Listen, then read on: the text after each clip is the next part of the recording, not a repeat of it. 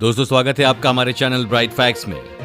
आप जानते हैं कि देश में लॉकडाउन चल रहा है और ऐसे में कुछ जरूरी खबरें हैं जिनको आपको जरूर जान लेना चाहिए। दोस्तों लॉकडाउन के अंदर आप कहां जा सकते हैं, क्या क्या कर सकते हैं और रेल यात्रा, फ्लाइट सेवाएं और बस सेवाएं कब से खुलेंगी, इन सभी सवालों के जवाब आज हम आपको आज की वीडियो में देने वाले हैं।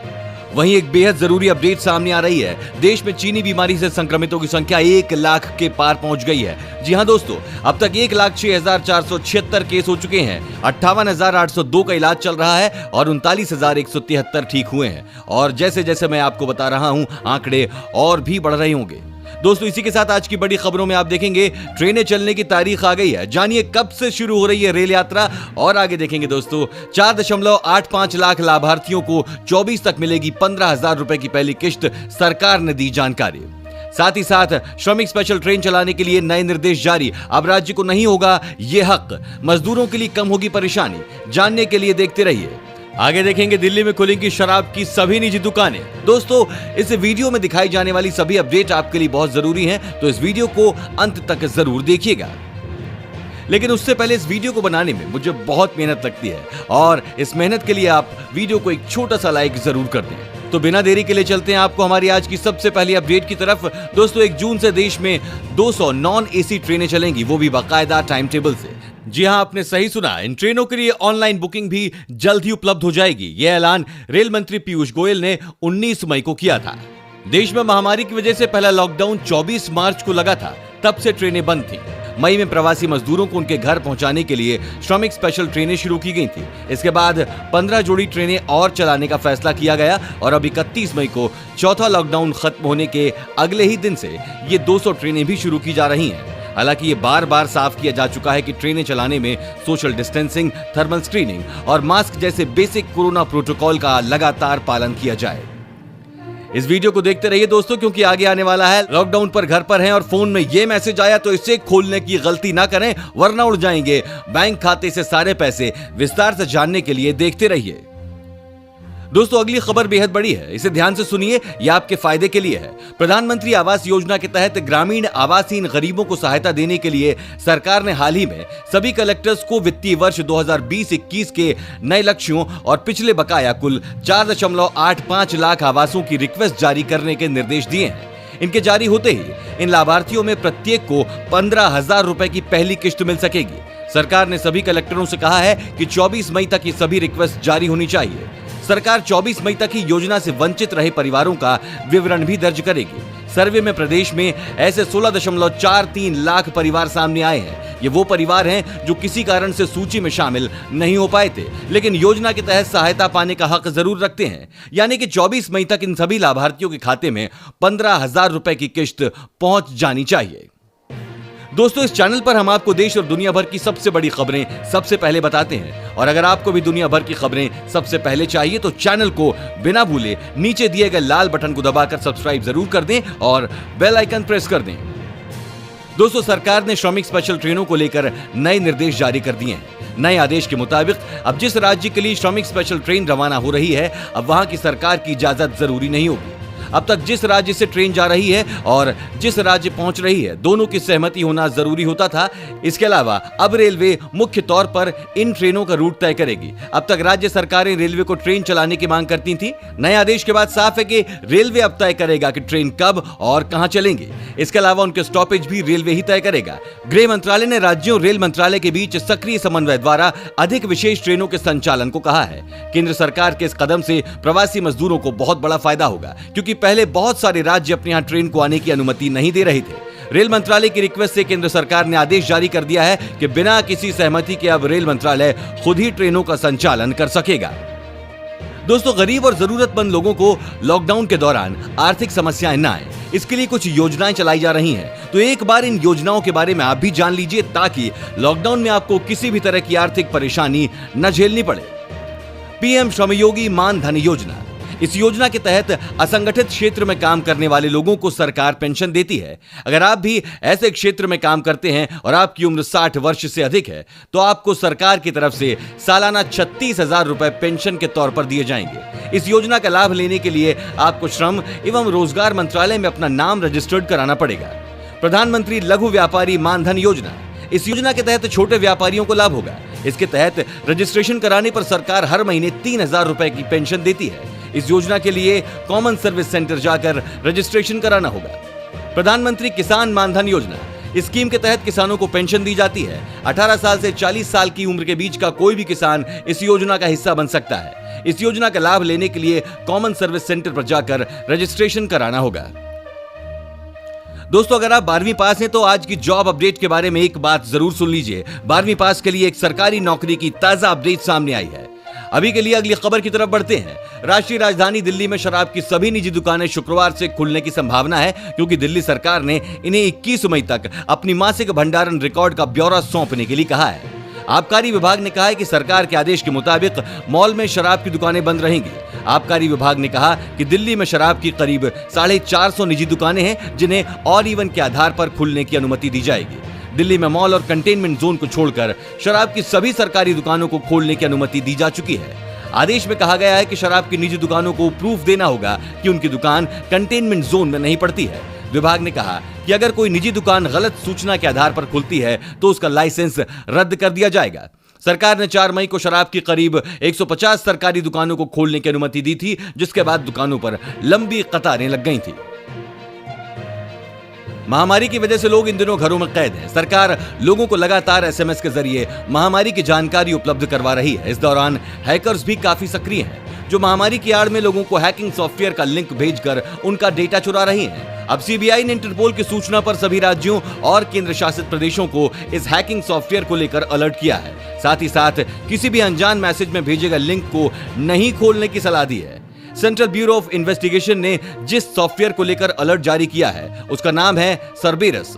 इस सॉफ्टवेयर का इस्तेमाल हैकर लोगों की निजी जानकारी जैसे बैंक डिटेल और डेटा चुराने में करते हैं। मौजूदा वक्त में महामारी की जानकारी देने के बहाने हैकर इसके लिंक लोगों को भेज रहे हैं। जैसे ही लोग जानकारी लेने के लिए मैसेज में दिए लिंक को खोलते हैं, वैसे ही वो हैकर के जाल में फंस जाते हैं। यदि आपको भी आपके फोन में मैसेज के जरिए किसी तरह का लिंक दिया जाता है तो आप इस लिंक को न खोलें। और यदि महामारी की किसी भी तरह की जानकारी चाहिए तो हमारे चैनल पर आकर खबर जाने या आप गूगल पर खबरों को सर्च करिए। सावधान रहें और सतर्क रहें।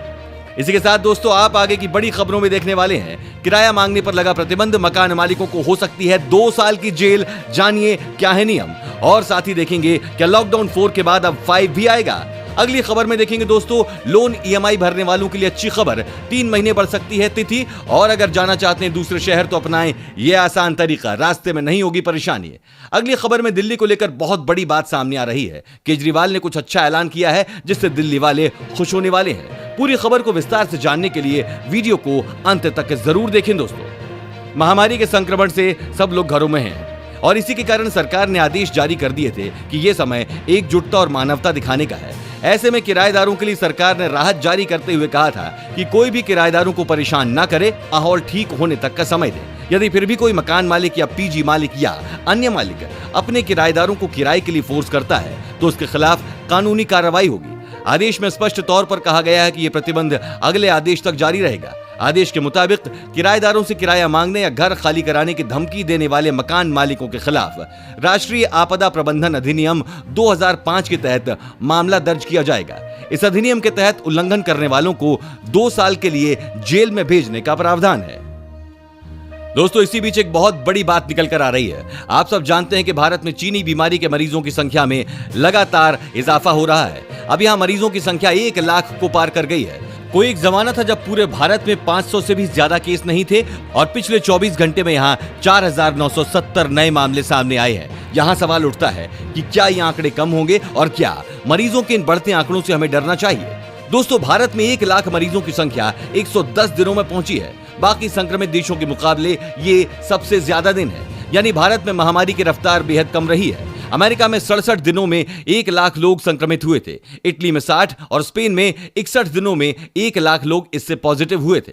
भारत में रिकवरी रेट 38.7 है, जबकि अमेरिका जैसे देशों में यह आंकड़ा सिर्फ 2.43 है। इससे यह बात तो पक्की है कि भारत में चीनी बीमारी से उतना बुरा हाल नहीं हुआ है, लेकिन यह कहा नहीं जा सकता कि यह स्थिति भारत में बरकरार रहेगी या नहीं। इसलिए दोस्तों, हम आप सबसे बस यही निवेदन करते हैं कि आप ज्यादा से ज्यादा अपने घर में रहने की कोशिश करें और संक्रमण की इस चेन को तोड़ें।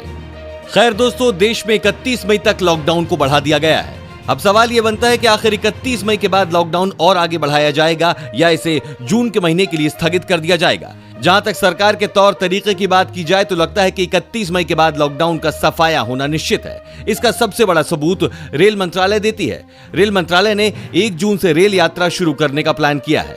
इसको देखते हुए यह कहा जा सकता है कि 1 जून से जहां रेल यात्रा शुरू होने वाली हो, ऐसे में लॉकडाउन रखने का कोई सवाल ही पैदा नहीं होता। ऐसे में माना जा सकता है कि लोगों के बीच थोड़ी सावधानियां बरतने के लिए सरकार लोगों को मास्क पहनने, सैनिटाइजर का इस्तेमाल करने, रेल परिवहन के दौरान हर ट्रेन को सैनिटाइज करने और बस परिवहन के दौरान बस को सैनिटाइज करने का तरीका अपना सकती है।